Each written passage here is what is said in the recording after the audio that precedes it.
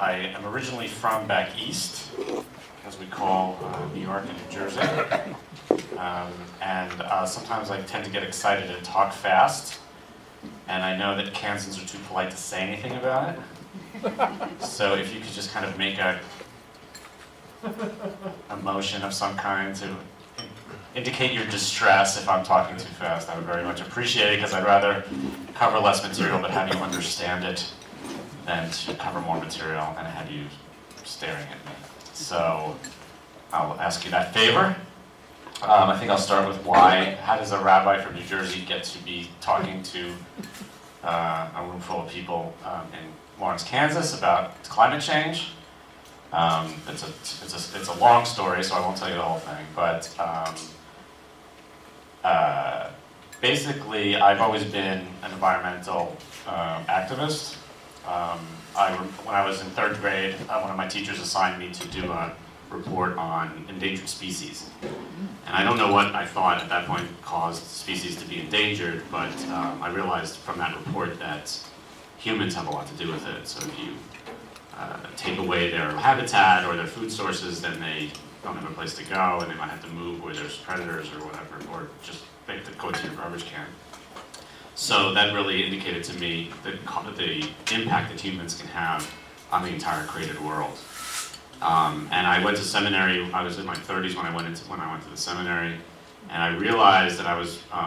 This is something I can say both in Jewish and in Christian. You know, it's why are you religious? You know, what is salvation for? Is it so that you can make yourself right with God, or is it so that you can prepare yourself to do good works in the world? You know, I think that that's something that I've really found. I was fortunate to find a denomination. I think Dwight could probably say the same thing. I was fortunate to find a denomination that supported both my own personal spiritual journey and also my efforts to pursue tikkun olam, which is repair of the world. So that's basically my. I live in Overland Park. I have 3 children. I am the rabbi at the Jewish Community Congregation here in Lawrence, and I'm also the director of Interfaith Power and Light, which I'm about to tell you what that is.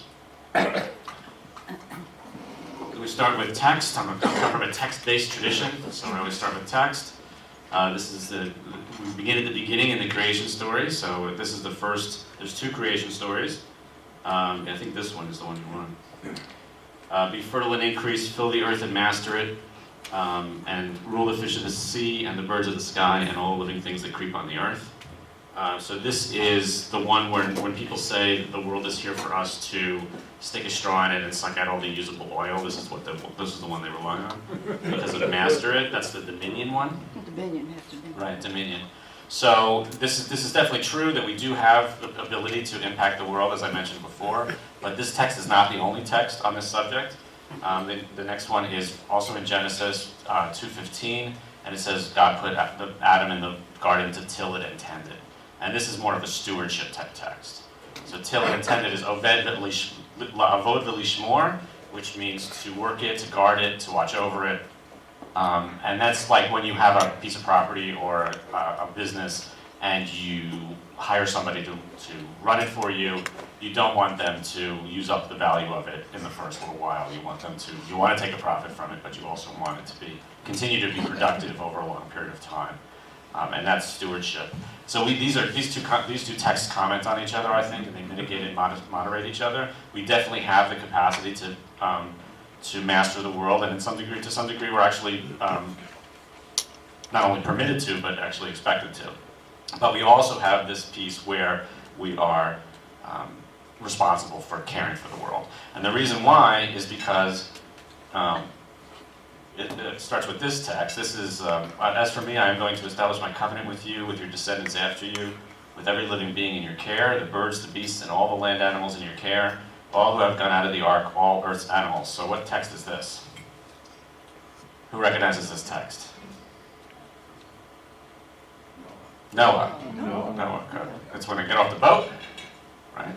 And he's establishing this is the first covenant language that's in the Hebrew Scripture. And who's he establishing the covenant with? Noah. Noah and? Birds, the beasts. Right. Noah and his descendants and all the earth's creatures. So creation. So I take this to mean that God is in a covenantal relationship with the world, not just humanity, but the created order. And that, think about what covenant means: a mutual give and take, mutual caring relationship. And God cares not just about the human part of it, but about all of creation. And I think that also comes through in this text. This is not a text that they taught me in rabbinical school. John 3:16. Whoever believes in him shall not perish but have eternal life. But the reason I bring this text is because of the word world, which in the Greek, Dwight, you want to test? Cosmos, right. So it's not anthropos, which would be human. It's cosmos, which is the entire created order. So God so loved the entire created order that he sent his only son. The word is, okay. So again, it speaks to the same issue, which is about God's caring for all of creation. And then this beautiful psalm line: the earth is the Lord's and all that it holds, the world's and its inhabitants. And then the question is, how are we doing on this? And a spoiler alert, we're not doing too great. So this is a coal plant. This is what the tar sands look like after they're de-tar sanded. That used to be a forest. That's where the tar sands come from. This is just kind of a fluvium. I can say it's West Virginia, but it's really predates that. And this is the Deepwater Horizon disaster from a couple of years ago. Right. So these are ways that we're damaging creation. Now I'm just going to give you a little brief. This is our mission statement. Kansas Interfaith Power and Light seeks to engage faith communities in environmental stewardship and sustainable practices through the promotion of energy conservation, energy efficiency, and renewables. We believe the threat of global climate change calls us to action. And the reason why, so 3 S's: stewardship, which is using only what you need; sustainability, which is not doing any collateral damage as you take what you need, such as the tar sands forest; and then energy security, which is developing cheap, plentiful, homegrown sources of energy. Now, when we have this conversation on the public square, usually we're focused on energy security. That's why pipelines and drilling and all that kind of stuff. But we, as people of faith, have to bring this part into the conversation, that is using as little as we need to, and also not damaging as we go. And certainly in both of these cases, we're not doing as well as we could do. Stewardship is about efficiency, and the pig is labeled U.S. energy consumption, the trough is labeled U.S. energy strategy, and the world is in there. So the pig is eating the world. So more than half of the energy that we generate is wasted. And so let me explain to you how that works. So think about an incandescent light bulb, right? An incandescent light bulb. So it generates light, which is its purpose, but what else does it generate? Heat. So the heat is wasted energy because it's not for the purpose. It's not being used for the purpose for which the thing was created.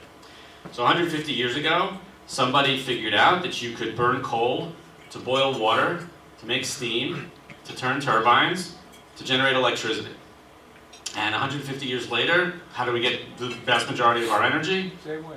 We burn coal to make steam, right? To boil water to make steam. When you burn coal for energy, most of the energy goes up through the smokestack, because the heat and everything that's not used to actually turn the turbines is wasted energy. And nuclear power is the greatest technological and scientific achievement in human history. And what do we do with it? We boil water to turn turbines to steam. So we're still locked in 19th century technology, right? Even though it's wasteful. And this is a thing from the New York Times. 66% of the energy in the electricity sector is lost in ways that I've already explained. 71% of energy lost in the transportation sector, because most cars are not very efficient. 20% in industry, and then 20% in residential and commercial buildings, and I believe that's low. Because I know that you could really do 20%, I don't know, for those of you who belong to churches, usually you can do 20% without that much of an investment. So I think there's more availability there. And one statistic makes clear the demand placed upon our economic system. Every day the worldwide economy burns an amount of energy the planet required 10,000 days to create. So they're not making any more fossils. So the way that we're getting our energy now is similar to the way an addict gets the source of their addiction, right? So when it's easy, it's easy. When it's hard, behavior becomes much more dangerous, risk-taking. So that's why the oil that we're getting now, you just look at the way Kansas is, The easy taps are gone. The easy findable oil is gone. That's why we're drilling 300 miles offshore. That's why we're drilling, that's why we're fracking, that's why we're doing all of these things, why we're starting to drill in the Arctic. Because our behavior as addicts is becoming more and more dangerous, and the drug is becoming more and more expensive.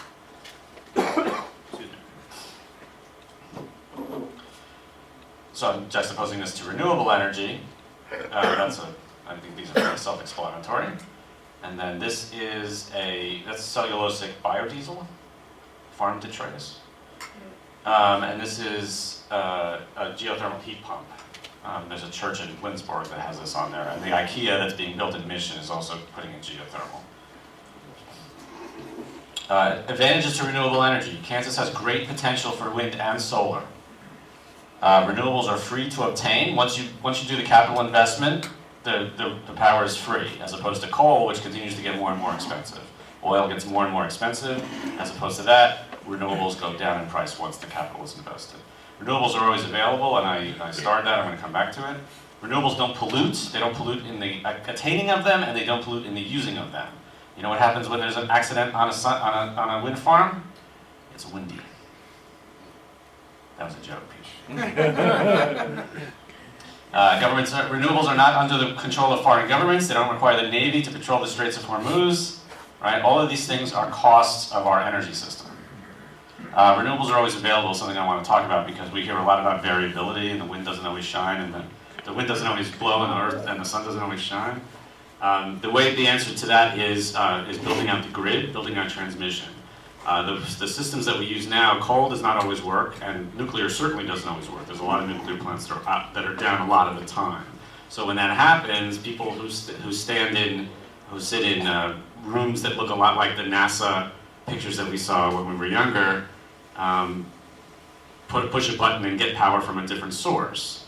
And that's what will happen with renewables also. If you build out the grid enough so that if it's windy over here, if it's dark over here, it'll be windy over here. You can predict things based on weather reports and real time, and the grid will be built out enough so that you can have a lot of built-in backup. It's a net, not just one solar panel or one propeller, wind turbine. Renewable is good for Kansas. Over the last decade, the wind industry has invested more than $7 billion in Kansas and 13,000 new jobs. This is a growth industry in areas of the state that do not have a lot of industry. Right? They're not building new IKEAs in Hayes, but they will build wind, and that will help people get jobs. All right, now we're going to talk a little bit about climate change. What's underlying all of this is the fact of human-caused climate change. So this is not the most dramatic picture that I have, but I think it tells the story really well. This is a hardiness zone map. Does anybody garden? Mm-hmm. So this is the one that tells you what you can grow in your area, in your hardiness zone. So if you look over here, this is Kansas in 1990. The top of the state is 5, and the bottom of the state is 6. All right, now you go over here to 2006, and there's no more 5. It's all up in Nebraska. Most of the state is 6, and now we have 7 creeping up. So the hardiness zone is moving north, right? So there are examples, anecdotal examples. So somebody give me an anecdotal example that you've noticed of how climate is changing here. What have you noticed? We're growing more cotton down by Winfield. They're growing more cotton down by Winfield. Right. All right, the growing season is 11 to 14 days longer than it was. Another one that people always tell me about is the armadillo. So they never used to see armadillos, but now you can see them as north as Topeka. Okay, so this is I mean, these is not scientific data, but it's the evidence of your own eyes.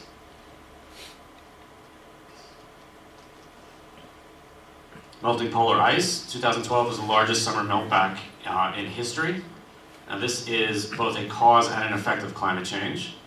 So this is 1980 and this is 2012.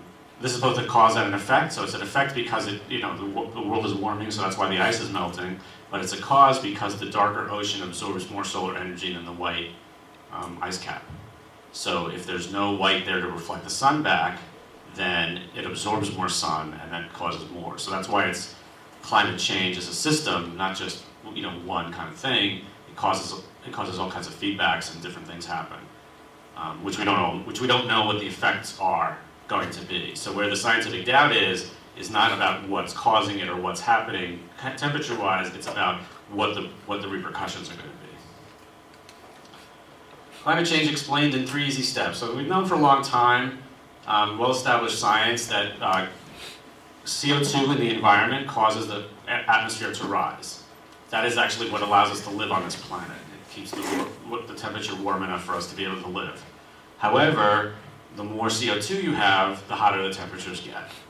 So we have more CO2 now than we've had in human history, 40% above concentrations of CO2 in the atmosphere, above almost 40% above those of 200 years ago, and emissions are continuing to rise. So temperatures have risen 0.74 degrees, that's Celsius, over the past 100 years, and are likely to rise by a further 2 to 4 degrees Celsius by 2100. So that's already happening.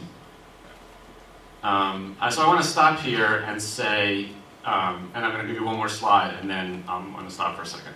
The IPCC report says that global temperatures are higher than they've been over the last 1,800 years, and a recent study from Oregon State University said that temps are warmer than any time over the past 4,000 years. That one has not been peer-reviewed yet, but it was in the New York Times. So I want to stop here and say, do you have any questions about this? You can give me any kind of doubt or denial talking points you have, or doubt or skepticism, or anything you want to ask me about. I'm ready to try to answer. Yeah? Well, it seems like the science is, at least for me, is fairly compelling. How come Democrats seem to be able to understand this data, and Republicans have so much difficulty understanding the data? Is it a genetic thing? What's going on? Well, I mean, there's a couple of things going on. One is that they're well paid to doubt it. There's a whole structure of think tanks that sort of make the doubts. A lot of their big donors are people who have financial interest in this and keeping things the way they are. I mean, there are Democrats from coal or oil-producing states are not necessarily good on this issue either, because Mary Landrieu, you're going to see a lot of that this summer because there's six oil state senators who are for re-election, Democratic senators, and they're going to have problems because they're going to get banged on the head with Obama's climate plan. I'll talk to you in a second. So that's part of it, and then also I think that the issue is the solutions. So if they feel like government has to have a role in the solutions, they're anti-government and they don't want that to happen. I don't think the government really has to take the lead in the solutions, but their policies have to be established that let the free market deal with things. Right now they don't exist because coal and oil, fossils don't have to pay for their garbage. They can put as much CO2 in the atmosphere as they want at this stage, there's no limits. So once that is addressed, then the market will take care of it by privileging, even now, in this area, wind is the lowest cost. Once the infrastructure is up, wind is the lowest cost fuel source. Cheaper than natural gas, cheaper than coal is wind. So that's, once it's sort of up and running, things will take care of themselves. So that's my hopeful message. I'm going to get a little bit more to that at the end. Yeah, go ahead. I know another part of this answer because I grew up in Schenectady, New York. Okay. And there were a whole bunch of Nobel Prize winners and all kinds of really intelligent people there working for General Electric. And it was amazing how almost unanimously they saw no problem with nuclear power. Right. Because that's where they were getting their paycheck. And I think for a lot of people that where their paycheck counts on wasting energy and selling and extracting energy and all that, the Republicans figured out that they could win over those voters by taking the policies that they have.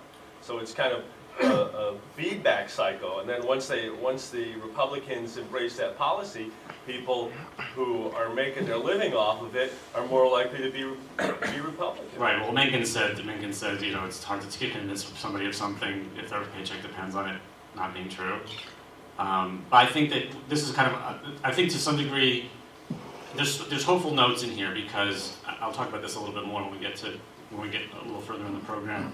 But when it's presented as clean energy versus dirty energy, or it's presented economically, or even to some degree environmentally, renewable energy is actually pretty popular. We have recent polling in Kansas that said 91% of people want more renewable energy. So there's a large infrastructure. Why did the Renewable Portfolio Standard rollback fail last year in Kansas, where the Kochs live here and they want it as much as anything? Why did it fail? Because people can see that it has a benefit. 13,000 jobs and $7 billion in investment. I mean, that actually makes people pay attention. And as hopeless as it seems, and as benighted as some of our politicians seem, even they can be influenced by logic sometimes. We'll come back to that. I want to see if there's any more questions about the science before I move on. Yeah. Well, don't you think there's a false equivalency created when you have someone like Bill Nye, who represents 95%, let's say, of Yes, I did. scientific thought, against it's like having someone. There may be 1% of the world who believes the world is flat. Right. You give them the same time? Right. I agree completely. Yes. According to Planet Kansas, it costs less to install capacity for solar and wind now than it costs to build new coal plants. That is almost certainly true. New coal is very expensive. Existing coal is relatively cheap, but new coal is going to be almost impossible to build because it's going to be hard to get financing, and it's going to be hard for them to come in under the new carbon regs. Yeah. A lot of the discussion focuses on CO2, but I've been seeing a lot lately on methane. Maybe you could mention whether methane. There's a number of other that are more impact. CO2 is the largest contributor, and it also lasts the longest. Methane is a larger per unit contributor, but it lasts significantly less. So you get a lot of methane from natural gas, and also from factory farming generates a lot of methane. And another one is nitrogen. So nitrogen is a greenhouse gas, and in the farming community, I just actually found this out. In the farming community, that's a big issue because they use nitrogen fertilizer, and it lets off NO2, nitrous oxide, that is a greenhouse gas. So when we're talking about this, each sector is going to have its own ways they're going to have to sequester. And it's a question like the study that I saw. It was a grad student from K-State, and they did a thing about if you grow a particular crop for biodiesel, how much nitrogen can you use before the nitrogen in the atmosphere negates the benefits. So they did a study on that, which I thought was really interesting. Yeah? Question, you had asked about